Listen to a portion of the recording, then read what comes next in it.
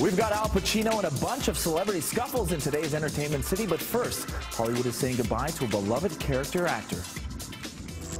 Jeffrey Lewis, who is father to actress Juliette Lewis, died of natural causes in his California home last night. The 79-year-old starred in a number of Clint Eastwood movies, including Any Which Way You Can.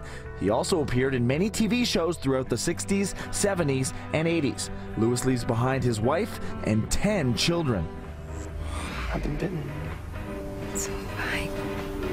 Emma Stone and Andrew Garfield have reportedly decided to take a break after more than 3 years of dating. Split speculation began after Stone graced red carpets during this year's awards season, saw Garfield. Reports say pitfalls of a long-distance relationship are what drove the Amazing Spider-Man co-stars apart. Garfield is currently filming on location in Taiwan, but apparently it's too early to say if the relationship is officially over. A reconciliation could happen when Garfield returns in May. Marilyn Manson says he'll be pressing charges after he was punched in the face while dining at a Denny's in Alberta. The goth rocker says he got clocked in the wee hours of Sunday morning following his concert in the area. While there are reports that he called a guy's girlfriend a Manson says the attack was unprovoked. A Maroon 5 concert in California took an interesting turn for frontman Adam Levine when the Animals singer was preyed on by a fan. She managed to skirt security, jump on stage, and headed straight for Levine.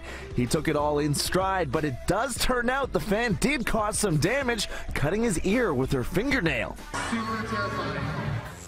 Speaking of apologies, Kanye West and the photographer he allegedly assaulted in 2013 have buried the hatchet. The rapper and Daniel Ramos shook hands yesterday after reaching an undisclosed settlement before the case could go to trial next week. The full terms of the settlement were not revealed, but apparently this apology was one of them.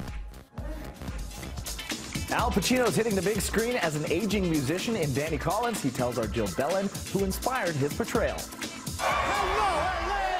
Did you look to any rock legends as you were looking for inspiration in creating this character? Yes, I looked at a couple. I found two very gifted musician singers.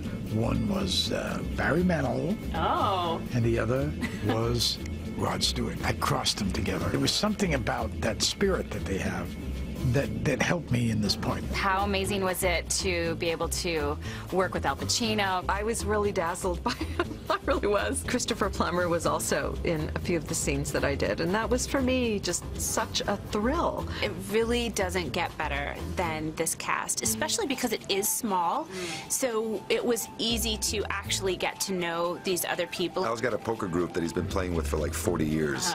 Back in New York, and he invited me to come play. How's your poker game? I'm pretty good. I've been playing for a long time, but you do feel weird when you take Al's money. You know, like when I take my friend's money, it's fun to gloat, but like if you take Al Pacino's money, you don't want to say that. No way! You don't surprise a guy my age. You give me a heart attack. Danny Collins hits theaters Friday when we'll show you part 2 of our chat with the cast. Could sloths cure cancer? That's the question being explored in tonight's episode of Vice on City.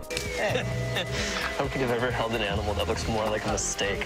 Check out the fascinating doc at midnight. Plus, now you can get new Vice content every day with Daily Vice. The app is an original 6-minute mobile news show available exclusively to Fido customers.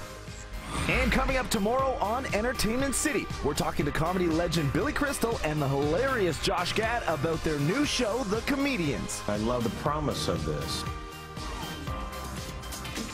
Now we want to know what you think. Are Emma Stone and Andrew Garfield over for good? I hope not, but we want to know what you think. Tweet us at NCity.